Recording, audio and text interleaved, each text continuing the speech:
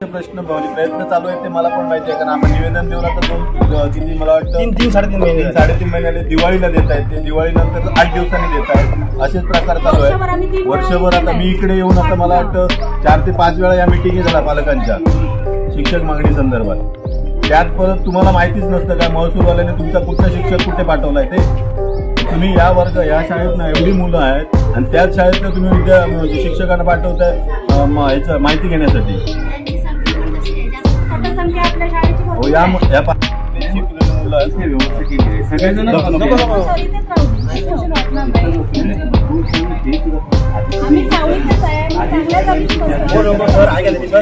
गट शिक्षण अधिकाऱ्यांशी वारंवार या संदर्भात चर्चा चालूच होती आमची. गेली जानेवारी म्हणजे 1 वर्ष झाला, आता सरपंच पदावर बसून सुद्धा मला 1 वर्ष होते आणि या वर्षभरामध्ये जवळजवळ 4 ते 5 वेळा या शिक्षकांच्या तक्रारीमुळे, पालकांच्या मागणीनुसार शिक्षणाच्या तक्रारीमुळे मला इथं यावं लागलं.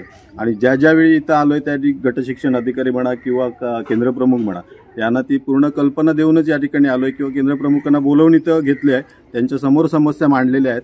तरी पण कोणत्याही प्रकारचे त्यात काही म्हणजे उपाययोजना त्यांनी केली नाहीत. गट शिक्षण अधिकाऱ्यांनी वारंवार मला सांगितलं होतं, एक पदाधिकारी किंवा लोकप्रतिनिधी म्हणून मला ते मान्य करणं गरजेचं असतं, त्याप्रमाणे केलंय. पण आता तो खूप डोकीवरनं पाणी जाते त्या पद्धतीत गेलेला आहे. काल तर एक चुकीच्या पद्धतीचाच प्रकार घडलाय. एखाद्या पालकाने जर एखाद्या शिक्षकाला कुठचाही प्रश्न विचारला तर त्याच्यावर आरोप करण्याइतपत शिक्षक जाणं हे योग्य नाही. आणि ही शिक्षकांना किंवा शिक्षण संस्थेला काळिंबा फासण्यासारखी गोष्ट आहे.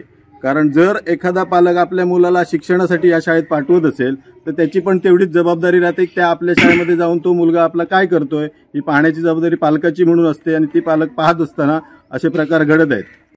तक्रार आहे. मी या शाळा व्यवस्थापन समितीमध्ये उपाध्यक्ष असल्यामुळे मी वारंवार जेव्हा कधी तक्रार येते तेव्हा अगदी जातीने मी ते येऊन शिक्षकांशी बोलतो आणि त्याच्यावर तोडगा पण सांगून जातो, पण काही एक त्याचा उपयोग होत नाही. आणि आम्ही शिक्षक मागणी आमची पहिला मुद्दा आहे.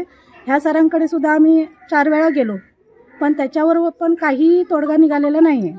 आम्हाला कामगिरी शिक्षक दिलेले आहेत ते चांगले आहेत, त्याबद्दल काहीच नाही. पण जो पोषण आहार वगैरे दिला जातो मुलांना तो व्यवस्थित नसतो आणि कधी कधी पोषण आहार संपतो, ते आम्हाला काय सांगत नाही शिक्षक लोक की संपलाय किंवा काय प्रोसिजर आहे ते आम्हाला माहिती नाही. त्यांनी ती केली पाहिजे ते कधी करत नाहीत. मागे ह्याच्याबद्दल पण तक्रार झाली आहे. विचारायला आला ना तर टाळाटाळीची उत्तरं असतात. शिक्षक नक्कीच सर. आता मागील किती महिने हा जो शाळेत मुलांना त्रास होतोय? वर्षभरात चाललंय हे, 1 वर्ष पूर्ण चाललंय. कारण मी उपाध्यक्ष असल्यामुळे मला बऱ्यापैकी अनुभव आलेला आहे. कारण आठवड्यातनं एकदा तरी आम्ही शाळेत येतो. तक्रारीवरनं येतो, चांगल्या कामासाठी नाही, तक्रारीवरनंच येतो. मग अशा जर तक्रारी चालू असल्या तर आम्ही आमची मुलं कशी शाळेत पाठवणार, कशासाठी पाठवायची?